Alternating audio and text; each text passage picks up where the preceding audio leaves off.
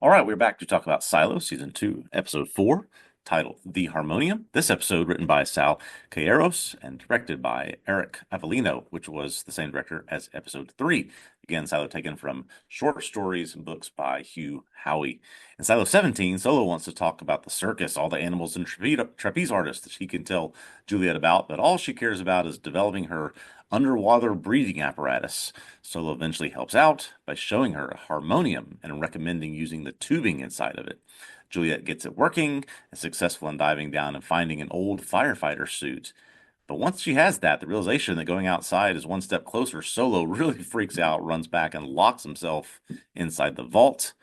Juliet empathizes with him about their shared fear and the promise that she wants to hear more about the elephants at the circus, so Solo re-emerges. In Silo 18, Knox and Shirley figure out Mechanical has always been the scapegoat when rebellions start to arise. They realize Mechanical and Judicial need a pack of their own, so they recruit Walker and Carla to go up with them to meet with Judge Meadows. Bernard, surprised, doesn't like this idea. Sims also starting to plant the seeds of impeachment behind Bernard's back. And Meadows meets with Lucas Kyle to have a quick private conversation about our universe, then sends it right back to the mines. Bernard never planned on letting Meadows go out. We knew that. And she finds that after Bernard admits he poisoned her dinner and she's going to be dead within minutes. After she dies, Sims comes in to cover it up under Bernard's instructions. When Mechanical does reach Judicial, they're denied entry. So they play one of the only cards they have, which is turning off the power in the silo. They turn it back on when they're finally allowed access. But when they get to the Meadows office, they find a judge with a knife through her heart. They realize they've been set up. They flee the upper levels back to the down deep. And Sims convinces the crowd that mob justice is the right next step to protect the silo. So they set off to find Knox, Shirley, Walker, and Carla.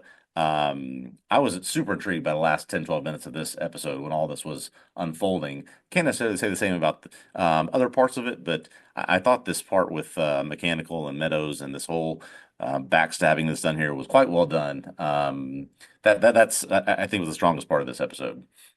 Yeah, so I guess we can just start there. Again, we go back and forth between the silos.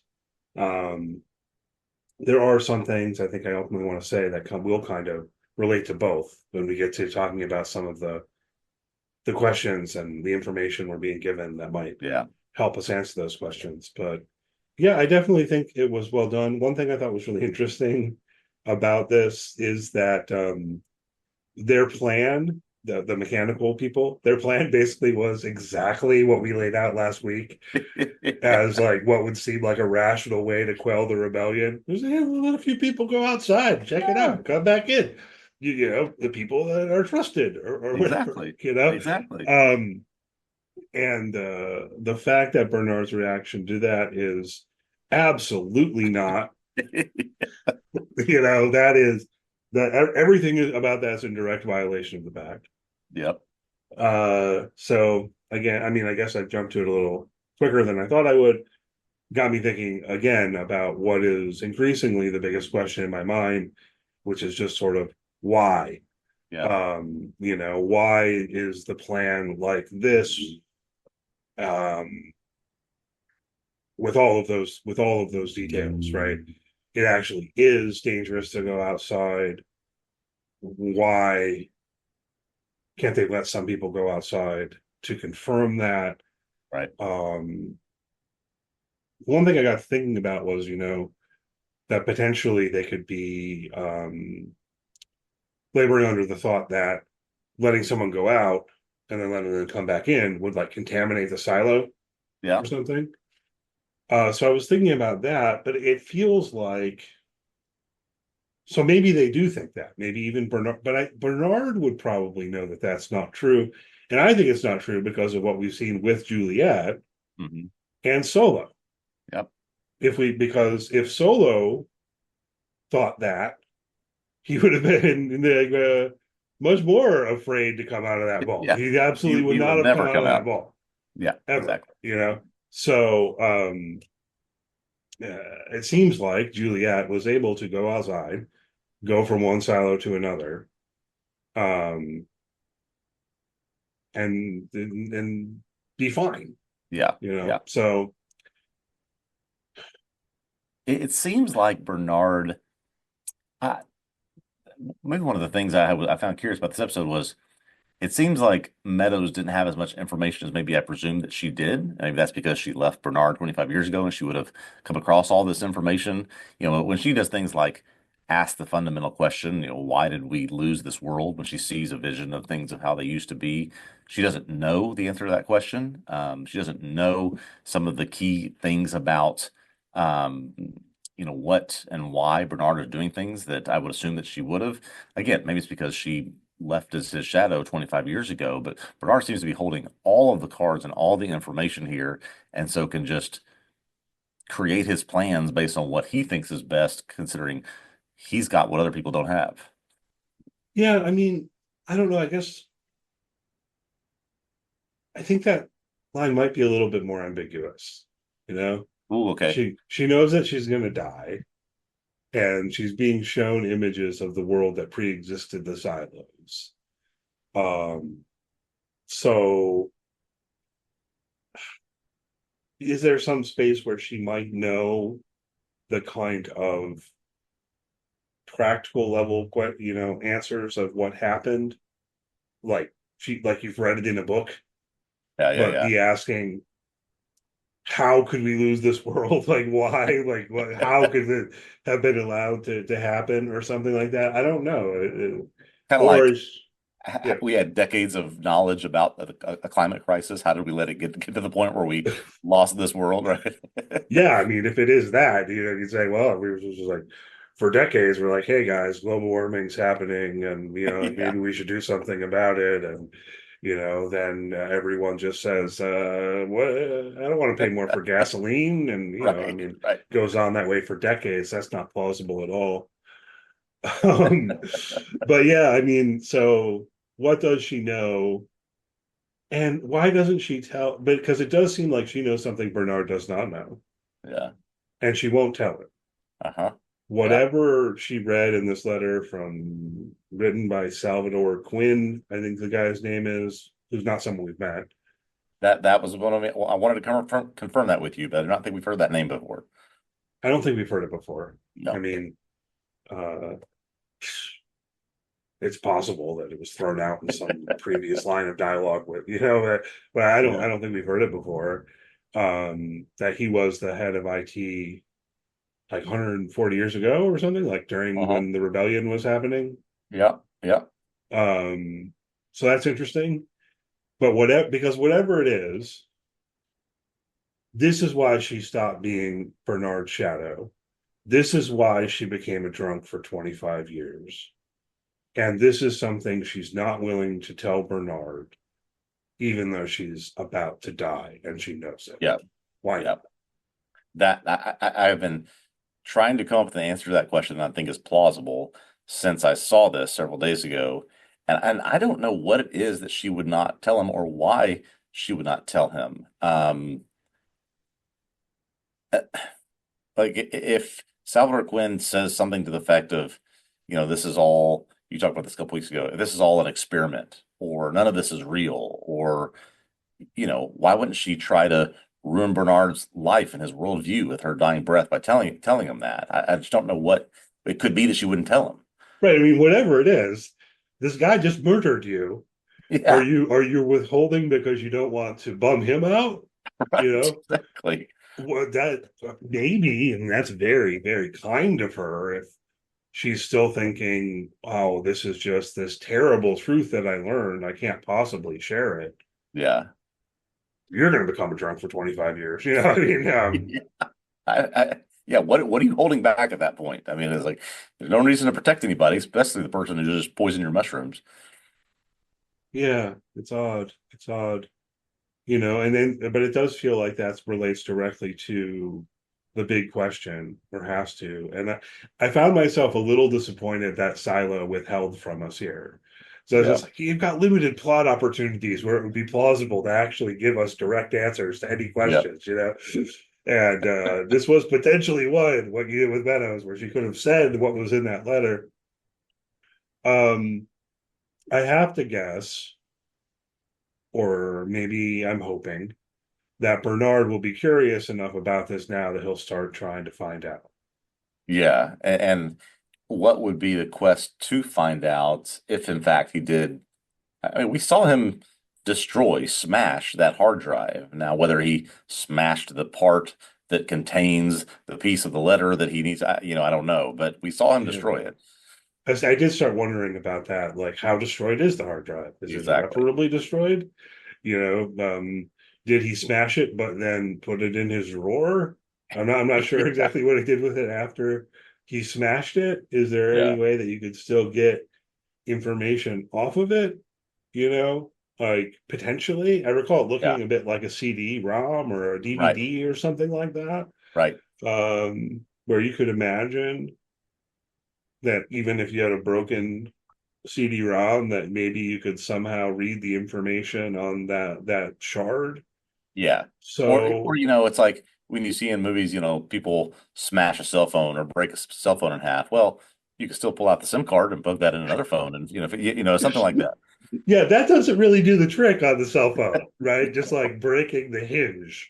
Yeah. The data's still in there, That's right. guys. So it could well be that. That would be the most straightforward thing. Right. Um, and I guess not to complain too much, but to kind of complain a little bit. And then there's a potential kind of segue here. I do sometimes feel like this show drags things out longer than it needs to, Yeah. Yeah. and I'm trying not to be too mad about that, but it's similar with Juliet, right? Yeah. At Yeah. multiple points, and they do it again, Yeah. right? And it's like we knew they were going to. We almost said this before, like, wow, spent 20 Yeah. minutes before getting the suit. I don't know if it was quite that long, but I got thinking about plot armor a bit, Yeah. and you're familiar with the term, I presume? Yes. Yes. Okay, so like, the character's not going to die because of the plot, right? Right.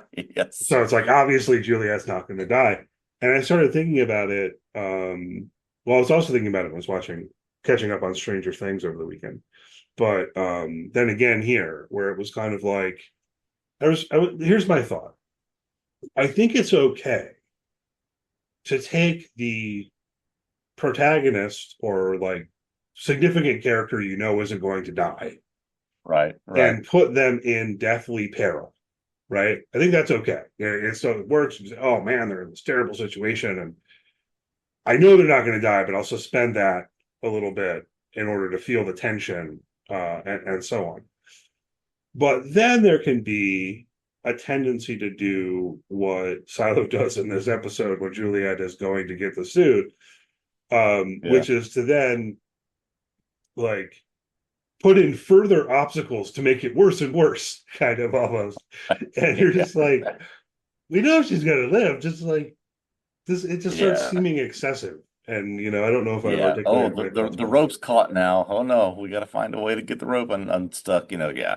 Yeah. I know exactly what you're And what you're she talking grabs onto about. the thing, but the thing breaks that she grabs onto, and I guess she wanted it to break so she could cut the rope with it. Yeah. But How she knew that was going to break and make it into a knife, I have no idea. But sure. I think I could actually make the argument I want to make better with regard to the Stranger Things I was watching, but I guess I don't want to get into spoilers there. But yeah, we're not talking about Stranger Things. But That's probably there, I good. was That's just like, probably man, good. they're really dragging this plot line out, right? It's like eventually it's going to work out okay. Yeah. Anyhow, Well, and um, I think because I think I agree with you on that. It's sort of that general point. What frustrated me more was I don't think I said out loud, oh, here we go again. When she starts making something, right? I got to mm, build something again, right? At least this time we had the Steve Zahn of it all to sort of talk yeah. about what was happening there and give us some exposition and explain some things and play the harmonium. And, we had just sort of that levity to it and also some information to it. But it's sort of like, all right, this is the third or fourth time we've seen Juliet engineer something. We know that she can do that. I actually think that helped a lot because if you took Yeah. Steve Zahn out of that scene, I think there have been scenes in Silo that are like this, where it's just Juliet looking for stuff, piecing it Yeah. together. Oh no, that's not going to work. Just all on her own. There's no dialogue. Yeah. So the fact that Steve Zahn was there talking about elephants and stuff um, really, really helped it remain entertaining. Speaking of potentially dragging things out, though, how equipped is Juliet at this point? Because she's got the firefighter suit, but I'm not sure she got a helmet.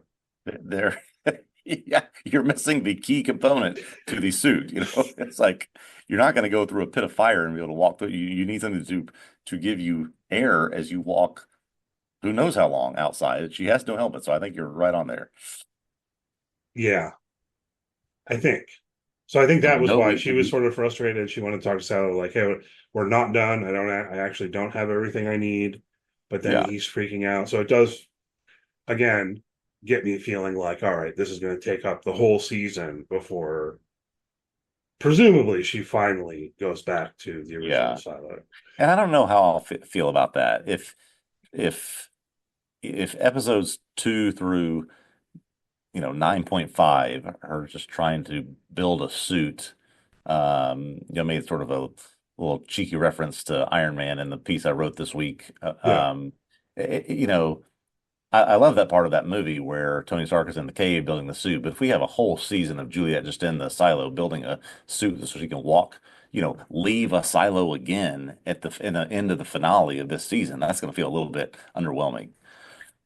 it will, but this is where Solo really helps, Yeah. and Steve Zahn is wonderful here, right? I mean, you put Steve Zahn as great in our notes, so clearly you agree and want to talk about this.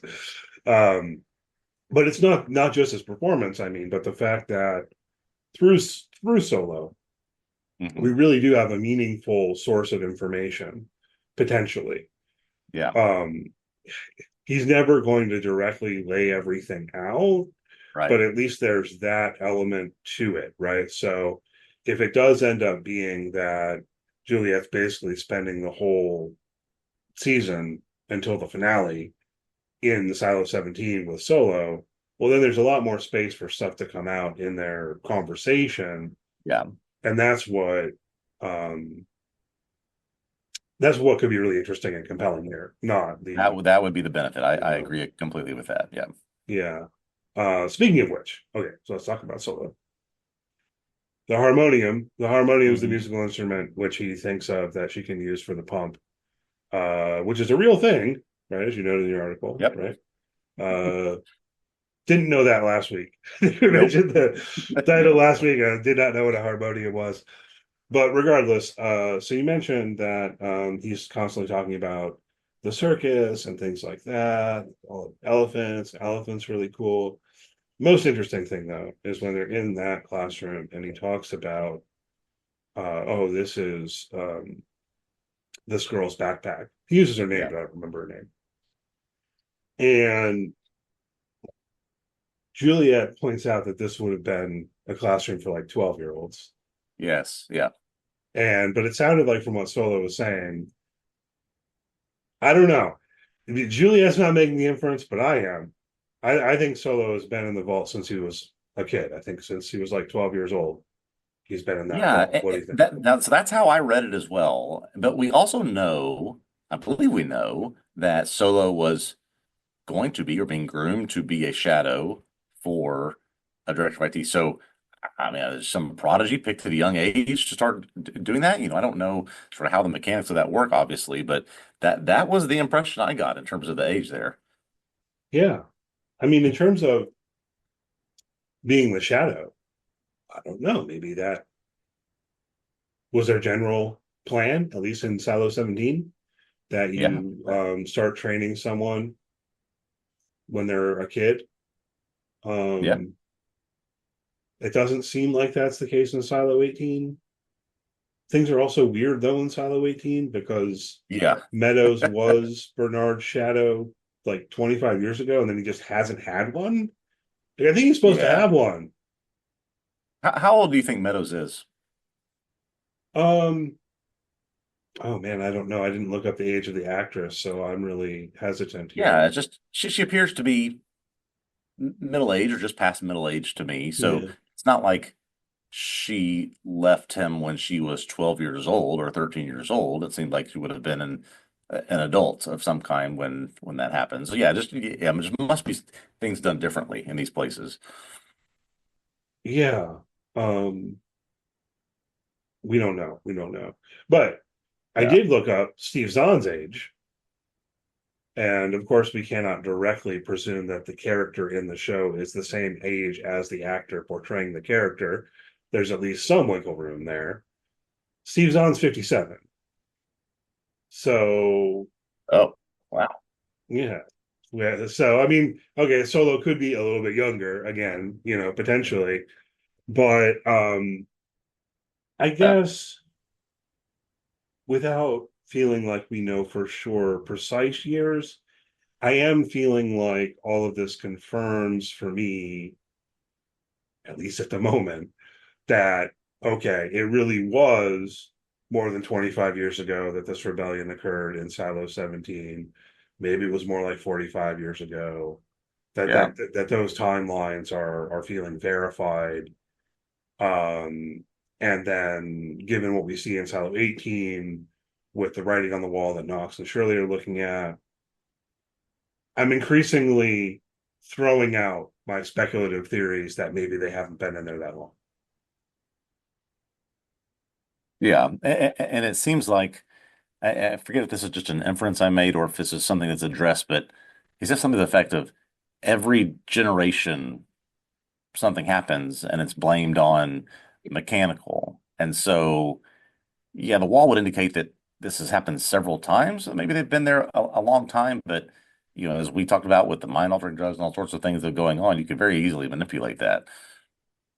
Yeah, yeah. I mean, that's so I hesitate a little bit, but I had gone so far as to consider maybe they're the first and second generation to ever be in the silo and things like Mm. that. And I'm Yeah. starting to think, well, okay, that's probably not right. Probably they have been there for a while. Yeah. Um, the let's talk about the writing on the wall. I mean literally, not figuratively. Let's talk about the literal writing on the wall that we see in this episode. Um, you were already mentioning this stuff, but I think I don't know what to do with it exactly. Yeah. There's a Yeah. suggestion that there wasn't just one rebellion 140 years ago, that there have been any number of rebellions. Maybe there's been one like every generation, Yeah. and Yeah. every time they blame down mechanical, which is what the Order says to do, the book that Bernard has, Yes. which also doesn't really make sense. I mean, at one level, it does, insofar as as a like perfectly common thing we could observe in our world, where um, I don't know, you try to blame things on the poor or something like that. Yes. Yeah. But on another level, living in this silo and the mechanical, sorry, these are the people who have the power to shut off the generator and such. Yeah. You know, it seems like you're kind of playing with fire every time, where they might do what they did in Silo 17 and shut off the generator, flood the generator, destroy it, storm IT, demand the truth, and then end up going outside and killing everyone. You know, Yeah. I was wondering about that because it was an interesting conversation where I think it was last episode, Knox and Shirley are talking about the idea of shutting down the silo, turning off the power, and they say that's a something like it's a card we can play once, or that's something we can do one time. Then they'll come kill us, they'll replace us, they'll throw us in jail, whatever. So then they just walk up and toss the dog's bouncy ball down down the silo, and they do it, and they're able to turn it right back on. I mean, this is I don't know what happened there in terms of sort of manipulating their power or showing that we at a moment's notice can do this and that we control all this because we can go on and off whenever we want. It just sort of didn't compute to me in terms of, oh, oh boy, if I have we do this, we're in trouble. We're going to do it to show you how powerful we are. I have an idea Okay. now that you mention it, and I get thinking about this. Although the fact, if this is right, the fact that the show didn't give us a bit more information is a little disappointing, because I do feel like, thinking back to season one, we basically learned there that it was a bit more of an ordeal to like shut down the generator, Yes. restart, Yes. right? And so then that's carrying forward. And you're right, towards the beginning here of season two, Knox said something like, we only do that once." Then we had that. Remember that scene where he goes to the blacksmithery guy or whatever, and he has two things that he asked him for, and we don't hear the Hmm. second one.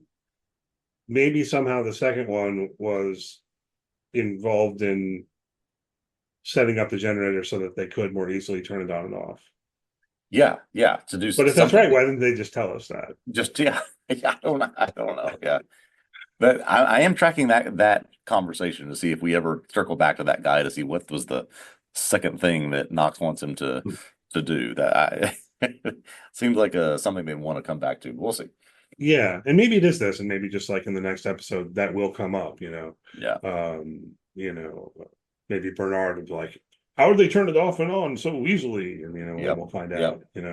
out. That's possible, but yeah, that is a little wonky in terms of how it played. Yeah, I don't know. In terms of the big question, I do find myself kind of continually circling back to some kind of idea of it being some kind of social experiment. Hmm. Just I because there's so much it doesn't seem to quite make rational sense to me in terms of um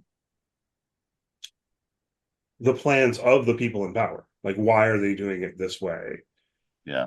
If the goal is to keep everyone safe inside the silo. Yeah.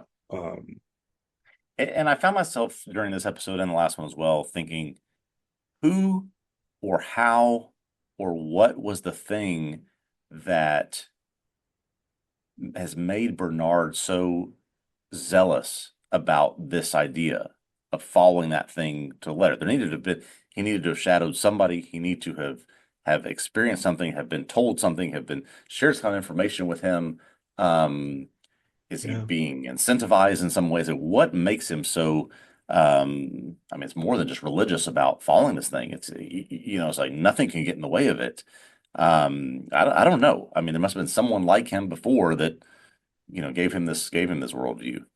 We could have flashbacks. There's precedent in the show. We've had a number of Hmm. Juliet flashbacks, so we could have flashbacks with Bernard. That would be a possibility. Um, you do have me thinking with what we said about Solo, to circle back to that also, maybe the plan is supposed to be that you start training someone as a shadow when they're a kid. Yeah, And because then there's also really ingrained stuff in a kid. You know what more I mean? impressionable. Yeah, yeah, So if you're asking this about Bernard, why is he so committed to following the order, following the pact, and so on? This is maybe he's been told since the time that he was a little kid that you yeah. absolutely have to follow this, or else all of humanity is going to die, or Right, something like that. Like right. you could also ask, well, so why is Solo so concerned about getting back to the vault? What's in that vault? Yeah, Well, I hope there's something significant in there we might find out about. But also, if he has been in there since he was a kid and was told, you absolutely have to protect this vault no matter what, yeah. you know, that might play a role It here could as lend well. itself to why he was so concerned that he left it unlocked. He has to get back there. I took that more as just a personality, like I'm institutionalized in this vault, so I need to get back there. But it could be more of just I have to protect it at all costs. Yeah, I think so. And I do really find, I'm pretty sure he's been in there since he was 12. Yep. I'm feeling pretty confident about that because it also fits with his character, the way Hmm. he has this like childlike kind of wonder about the circus, the fact that he's talking about that, his whole demeanor, I think fits with the idea of someone who has not been around other people since he Yeah. was 12 years old. I think So that's a great point. Yeah, I'm I feeling agree. pretty sure about that. Let's see what else. I feel like there are a couple more things we should hit on I here. just want to make sure we don't leave without talking about the Meadows and Lucas Kyle Yeah. conversation. Um, we've been asking for a couple episodes. Where's Lucas? He's apparently, I guess, been holding, waiting for his sentence, or before he goes down to the mines, and he's still awaiting this 10-year punishment that he's been given. So he wants an audience with Meadows to try to, I guess, commute that service and get it reduced or get it eliminated. And so he goes to plead for that. And so then Meadows sends these guards out, and they have this conversation, and I guess was struck by the fact of why Meadows would drop these ideas or validate some of his ideas and expand on them with some of these other things that she knows about the way the universe works and the way that our world works and all these things that he's been searching for by tracking the stars in the sky and then immediately throwing him back in. It almost seemed, I don't know if it was the right way, it almost seemed sadistic in a way. Like put this in his head and then go send him back to prison, even if it is for 5 years. Um, I don't know. I'm trying to think what to make of that conversation. Are you planning something in somebody in case Bernard does something to you? Are you trying to, create an ally or an acolyte of some kind that you're trying to give them information? I'm just trying to figure out what that conversation served. Yeah, I guess the way that I read Meadows is more, I don't know that she's being strategic or conniving or what have you, or I Yeah, can't quite make sense of this conversation along those lines. But it also doesn't really fit for me in general to think of her that way. Bernard's always that way. Bernard's always definitely, kind of scheming. definitely. But Marita Meadows is more like that. She discovered some terrible truth and kind of withdrew from the world. Yeah, Still yeah, sort of there in a just in a pro forma kind of way, I guess. yep. Bear in mind she's supposed to be the ultimate authority in the silo. Right. Um, and then because of what's happened now, she's been shaken out of that, right? Which itself is kind of interesting. She thinks, oh, well, Yeah. something significant is happening. Why did she want to go outside in the first place? Why did she want that suit? These are all Yes. all questions. But trying to circle back to the thing with Lucas, it felt to me like really Meadows would love to be able to just live in the truth with someone, Yeah, I you agree. know? Well, that's a good And point. Yeah. she's like taking this little opportunity with Lucas. But then, well, we can't go too far, right? Like I almost read this. Well, she had to restrain herself because Yeah. she was Yeah. at risk of going too far with it, and Yeah. thus he's shocked, and she take him away. That certainly could. I can see that. Let me just have a truth conversation, a real conversation with somebody for a minute Hmm. before, even if she is anticipating, well, this, you know, Bernard is not trustworthy. He may do something to me, and so let me just sort of have this moment. She does say later on, can I just go look at the outside for a minute before I die? So yeah, that very well could be the case. Yeah, I was reading it along. This also got me thinking. All right, so one big theory is this is some kind of social experiment kind of thing. Another, which could be very similar, is what if this is all punishment somehow? Well, transgenerational punishment. Or what if the silo as a whole is in parallel in some way to what she says to Lucas about the mines? Yeah, That they need people to work the mines and no one wants to, so they have to use punishment in order to get people to work the mines. It's punishment to basically do what it. she says. Yeah, yeah. Could there be Everyone's down some there for for something they've done. Yeah, that's a good theory, actually. analogous explanation for the silos themselves? I don't know. Yeah, everyone's put in there. They're given a mind-altering drug, and then they're given a role to play in this silo as part of this punishment. Yeah, Yeah, I don't know. I, interesting, I hope we get interesting. more answers by the end of this season. I'm enjoying Yeah, the show, and I like thinking about this stuff and speculating and playing with questions and all of that is fun. But you know,